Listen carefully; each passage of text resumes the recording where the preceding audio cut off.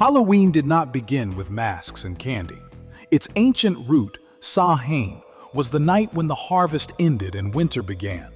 Fields stood stripped to the soil, lanterns flickered in hollowed gourds, and people faced the truth that life always asks for endings before it offers beginnings. Tonight, that same truth lingers in smaller ways. A pumpkin on your porch softens at the edges. Its orange skin dulls, caving inward, no longer bold but tender with surrender. Beyond the houses, the fields lie dark and open, the stalks cut down, the earth breathing in its bare honesty. Even the air itself smells sharper, like wood smoke mixed with endings. It's not just nature turning, it's you. Somewhere inside, you sense that a season in your own life is slipping. You try to pretend it isn't, but the signs keep arriving. A friendship you keep alive with brittle messages. A job that once fit but now chafes like a shirt gone tight at the collar. Dreams saved in folders you haven't opened in years. They are pumpkins on the porch, fields already cut, yet you hesitate to let them rest. Why? Because endings feel like erasure. If you let this chapter close, who will you be without it? If you lay the pumpkin down, do you also lay down the person who carved it, the laughter that surrounded it, the light it once held? If you let the field go fallow, do you lose proof that it ever bore fruit? This is the hidden wound Halloween still remembers, the fear that letting go means vanishing. So we cling. We hold the pumpkin long past its glow. We keep stalks standing when they should return to the soil. We keep chapters open when their story is already told. But nature doesn't share our hesitation. The tree does not apologize when it releases its leaves. The field doesn't cling to the last harvest. The pumpkin does not beg to remain perfect on the porch. Each accepts the end as part of the cycle. And in that acceptance, a strange beauty appears. The beauty of rest, of soil being cleared. Hashed meta, message, sex, of space for seeds not yet planted. You take a sip of your coffee. The mug is warm, grounding.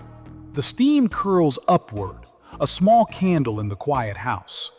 Around you, everything is hushed. The hum of the refrigerator, the clock's slow tick, the faint wind against the window. The silence is not empty. It is preparing. Like Samhain itself, this quiet is a threshold. The end of a season is not death. It is preparation for what waits unseen. You look again at the porch pumpkin. For the first time, you don't see rot. You see return. You see seeds sinking into earth, carrying a promise the eye cannot yet find. The field outside echoes the same truth. It looks stripped, but underneath, it holds nutrients, rest, and readiness. The power of Halloween was never about fright. It was about courage. The courage to face endings without flinching, to say thank you to what has lived, and then to release it into the soil. It was a ritual of trust. Trust that in the darkness of winter, new life was already waiting.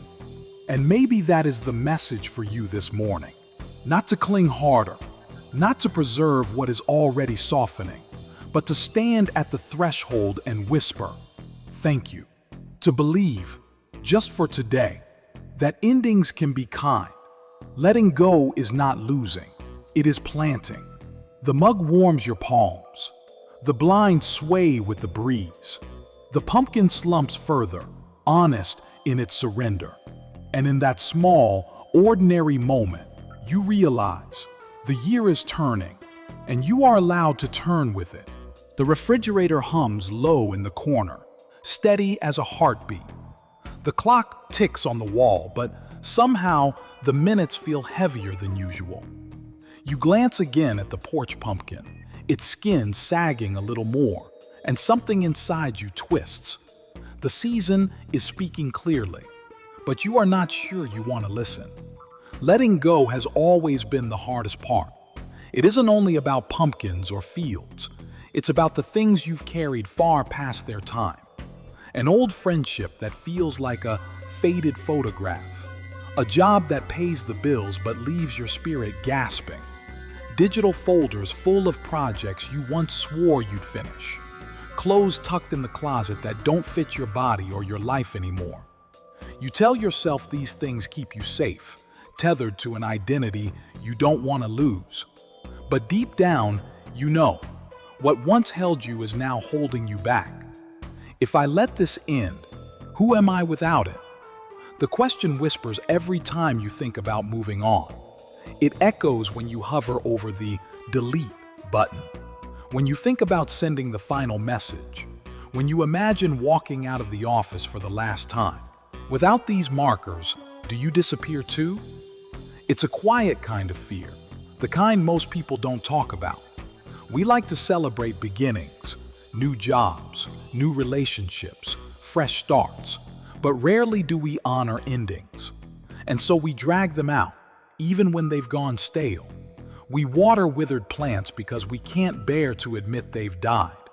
We scroll old conversations hoping they'll feel alive again. We keep pumpkins on porches long past their glow, pretending they're decorations, when really they're reminders of our resistance. The contradiction tightens its grip. You want freedom, but you cling to the weight. You want new beginnings, but you refuse the space they require.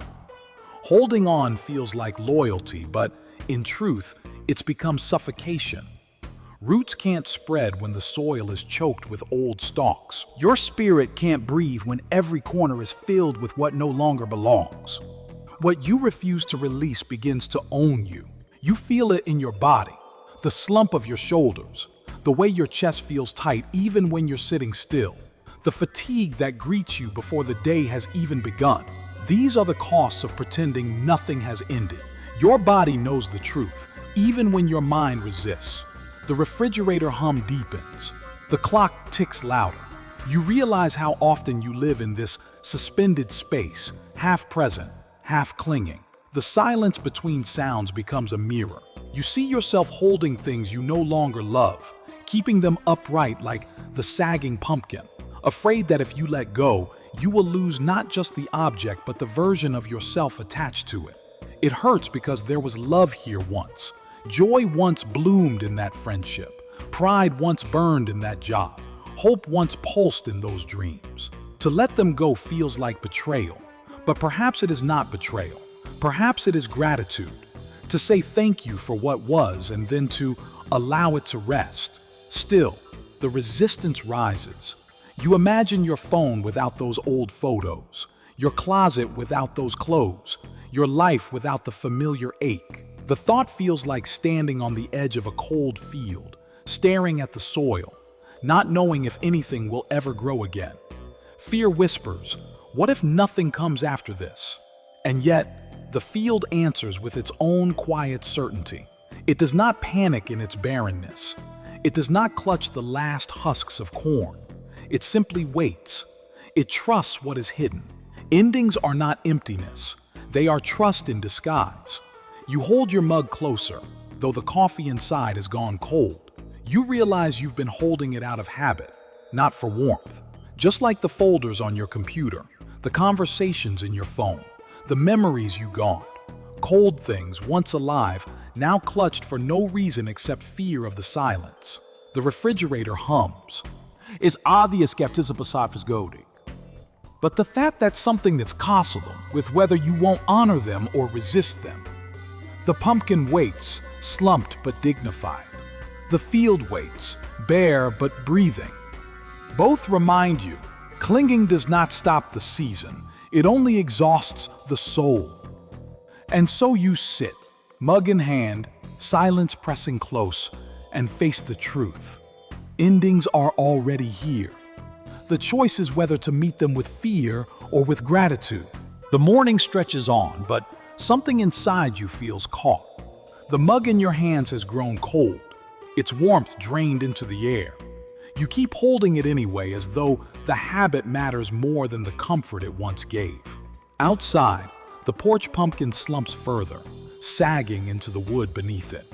You can't ignore it anymore. Then comes the crack, the moment so small you almost miss it. A child walking past with their parent points at your porch and asks, "Why is that pumpkin still there?" The words are innocent, curious, but they land with the weight of a bell ringing in an empty church. You feel seen in the way you didn't want to be seen. The truth breaks open. What you cling to is not hidden. Others notice. The world notices. The field outside, left unturned, hardens in the winter air. Soil that should be resting begins to lock itself into stone. Nothing new can root there until it is broken again. By refusing to face endings, you are not preserving life. You are sealing it away. If I don't let this go, I will lose the chance for anything new. You think of the folders on your computer, projects you haven't opened in years. They sit there like digital pumpkins, softening quietly, ignored yet always present. You think of the job that drains you, the conversations you keep repeating in a friendship that has lost its spark, the clothes waiting in your closet for a body and a life that no longer fit. They are all the same story, fields left unturned, pumpkins left to rot. The child's question keeps echoing. Why is it still there? Not just the pumpkin, but everything you keep alive past its season. You've told yourself holding on is loyalty, but in this sudden light, it looks more like fear. And fear, left unattended, has its own kind of decay. You close your eyes and the house feels louder than before. The refrigerator's hum vibrates like a reminder.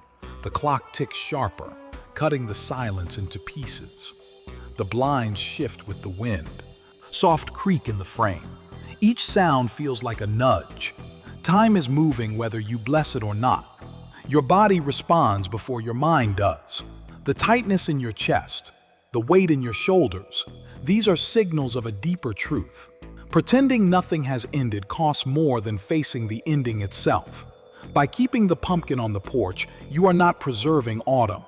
You are turning it into a shrine to hesitation. Comfort can become a cage if you never release it. You imagine lifting the pumpkin, carrying it to the compost heap, watching it sink into the pile of leaves. You imagine opening the field, letting it breathe, trusting that spring will come even if you cannot yet see it. The images stir both relief and fear. Relief because release looks like freedom. Fear because freedom always looks empty at first. You take a slow breath. The air tastes different when you admit the truth. Colder, yes, but cleaner. Like the first lungful of winter air when you finally step outside after staying in too long. The child's voice fades down the street, but the question remains inside you. Why is it still there? You realize it's not just a question about pumpkins or fields or digital folders. It's a question about you, about the life you keep postponing by refusing to clear the ground. You open your eyes again. The pumpkin slumps, honest and unashamed. The field waits, bare but patient. Both of them mirror back what you've tried not to face. Endings are here. Pretending otherwise only delays the life that could begin. Avoiding endings does not save you. It erases you slowly. The hum continues. The clock ticks on. The wind presses against the window. All of it carries the same truth. The cost of clinging is your own aliveness. And in this crack of realization, you know it's time. If not today, then soon. Because if you don't allow this season to end, you won't have the strength to meet the next one. The crack has opened, and silence feels different now. The question, why is it still there, still hums in your chest, like the refrigerator behind you, steady and unavoidable. The pumpkin on the porch leans further into itself, and the bare field beyond the houses holds its dark stillness. You realize you are standing at the threshold, but you don't yet know how to step through. This is when Rilke enters, not as a lecturer but as a companion. His words rise like lantern light in the dimness. Be patient toward all that is unsolved in your heart, and try to love the questions themselves. At first glance, patience feels like passivity. Isn't patience just waiting for answers to arrive while you stand still in your discomfort? But Rilke meant something different. He meant that patience is a kind of faith, a willingness to trust the soil even when it looks barren. To live the questions is to recognize that what seems empty is already preparing something new. You glance again at the pumpkin. Its softened skin is not only collapse, it is a quiet form of giving back, returning nutrients to the ground, seeds hiding within, waiting for spring's warmth. It is not death as punishment. It is transformation in disguise. The field, too, is not barren. Beneath the dark surface, roots decay, minerals shift, moisture gathers. It is a laboratory of unseen beginnings. Endings are not punishment. They are patience made visible. You think of the endings you fear most, the friendship where words no longer flow, the work that has worn you thin, the files on your computer that feel like ghosts. You've told yourself that letting them go means abandoning loyalty, betraying the person you once were. But perhaps the truth is gentler. Perhaps you are being asked to live the question of who you might become next. Patience does not mean holding everything. Patience means allowing the unfinished to remain unfinished, trusting that meaning will emerge in its own time. The soil does not rush. The pumpkin does not resist. The field does not apologize for being bare. Why then do you demand of yourself endless continuation? You sip the last of your coffee, now lukewarm, and realize the act itself is symbolic. The mug is emptying, as all things do. Its purpose was never to remain full forever, but to be poured out, savored, and completed. If even a cup of coffee can finish its work, why should you fear the completion of other seasons? Rilke whispers again across time. Perhaps everything terrible is in its deepest being something helpless that wants help from us. Maybe that is true of endings too. Maybe they are not enemies to resist, but helpless transitions that ask for your kindness, your blessing, your willingness to see them as part of the story. What looks like absence may only be unseen growth. The wind rattles the blinds softly. You hear a page flutter on the counter where a notebook lies open. The sound is small, but it feels like an invitation to write something, not as an answer, but as a way of living the question. You pick up the pen and scribble a single line. I don't know what comes next, but I trust that this ending has meaning. The words look almost fragile on the page, but even fragile things hold weight. That small act shifts the heaviness inside you. You've named the truth. Not knowing does not mean nothing is happening. Not knowing is part of the season. The pumpkin continues to slump on the porch, honest in its surrender. The field continues to rest in its stillness. Both remind you of what Rilke has been saying all along. Do not rush to fill the silence. Do not fear the fallow time. Endings are not empty. They are fertile with questions. And questions are fertile with possibility. You close the notebook. The hum continues. The clock ticks. The wind presses against the glass. But something in you has shifted. You are no longer clinging quite as tightly. You are beginning to see endings as companions, not enemies. It's obvious that Fizippasat's vilving. And in that recognition, patience itself begins to feel like courage. The notebook rests on the counter, your words still fresh. I don't know what comes next, but I trust this ending has meaning. The line looks almost fragile, but it holds weight. For a moment, the house feels lighter, as though naming the truth has cleared just a little space inside you. But insight alone is never enough. If you stop here, tomorrow will look just like yesterday. Wisdom becomes real only when it finds its way into the rhythm of your day. Rilke's patience, the pumpkin on the porch, the bare field beyond the houses, they are not only images to contemplate, they are invitations to act, gently but deliberately. The good news is that beginnings don't arrive with fireworks. They begin with one small, honest step. You glance again at the pumpkin. You don't have to throw it out in shame. You could carry it to the compost heap, set it down among the leaves and let it return to the soil. It would be a ritual, not a disposal, a way of saying, thank you, your season was good, now rest. That act alone could shift the heaviness in your chest. Another pocket action comes to mind. Write down one thing you're ready to release. A friendship, a project, a habit. Not a long list, just one. Light a candle beside the page. Let the flame stand as a witness to your courage.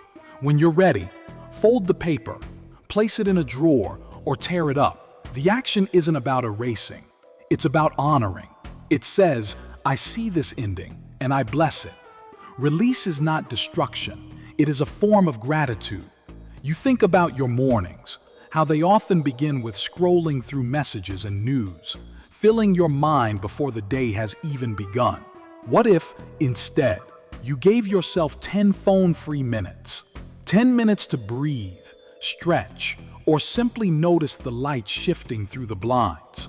10 minutes where endings and beginnings could speak without competition.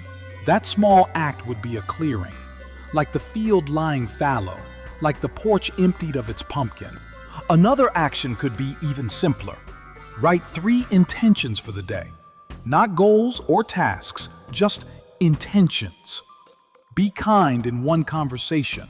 Notice the color of the sky. In one thing that is ready to end. Intentions are seeds. They may be small, but they remind you that you have agency. Even in a season of endings, you can plant quietly toward beginnings. You imagine yourself walking through the neighborhood, crisp air brushing your face, leaves crunching underfoot. A mindful autumn walk doesn't solve everything, but it does something subtler. It teaches your body what your mind resists. Bare branches are not failures, they are preparations. In every empty tree is the promise of green. That truth seeps into you more deeply than words can reach. If you skip the release, tomorrow repeats yesterday. These actions are not dramatic. No one else may even notice them. But that is their power. They are small enough to begin today, and meaningful enough to begin reshaping tomorrow. Washing one dish becomes a ritual of clearing space. Carrying the pumpkin becomes a prayer of return. Taking 10 phone-free minutes becomes a vote for presence. Lighting a candle becomes a quiet act of courage.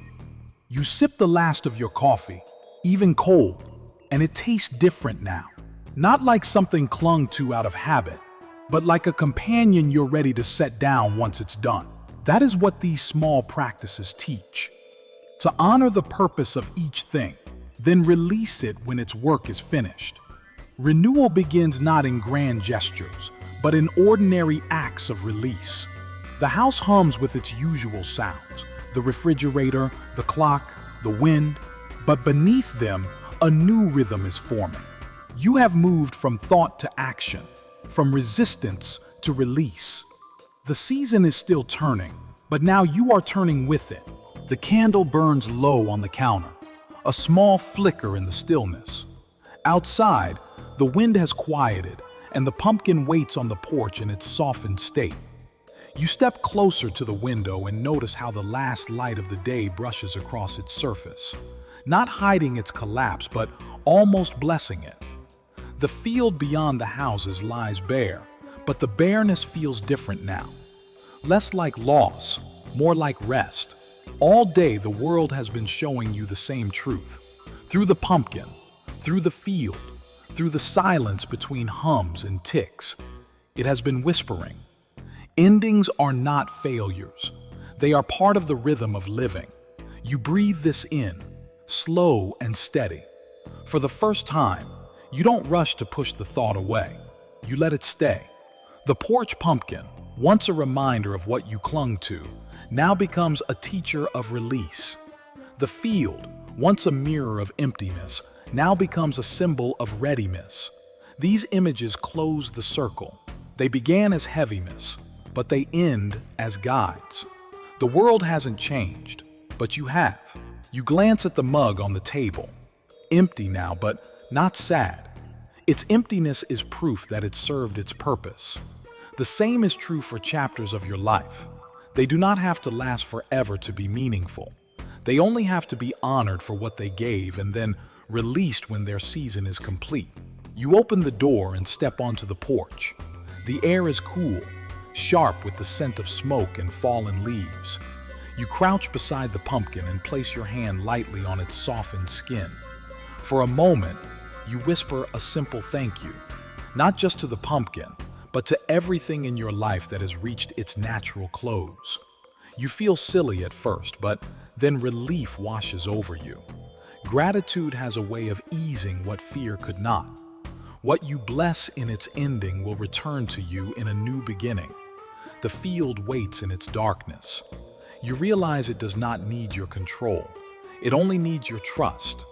Winter will come, as it always does. #@Meta. Pause. Quote, 0 pace 0.05. Spring will follow as it always has, and you are invited to walk in the same rhythm, to trust that endings create space, to believe that beginnings hide beneath the soil, even when unseen. You step back inside, closing the door gently behind you. The hum of the refrigerator greets you again, steady and familiar. The clock ticks on, marking time not as an enemy but as a companion. Every sound in the house carries a softer note now. They remind you that life continues, turning from one season to the next, inviting you to turn as well. What new life might grow from the soil of this ending? It is not a question you have to answer tonight. Like Rilke said, you are invited to live the question, to carry it in your pocket, to let it unfold at its own pace. Some answers will ripen slowly, hidden in the dark like seeds waiting for spring. Patience is not delay, it is trust. You sit down once more, noticing how the blinds sway gently in the evening breeze. The pumpkin glows faintly in the last light. The field rests, dark and honest. And within you, something unclenches. You do not need to force closure. You do not need to map the next chapter. All you need, right now, is to honor this season's turning and trust the soil beneath your feet. The air smells different again, not sharp with loss, but clean with possibility. You take one last slow breath, letting the moment settle deep inside you. Every ending, if blessed, becomes a beginning in disguise. And with that, the day turns with you.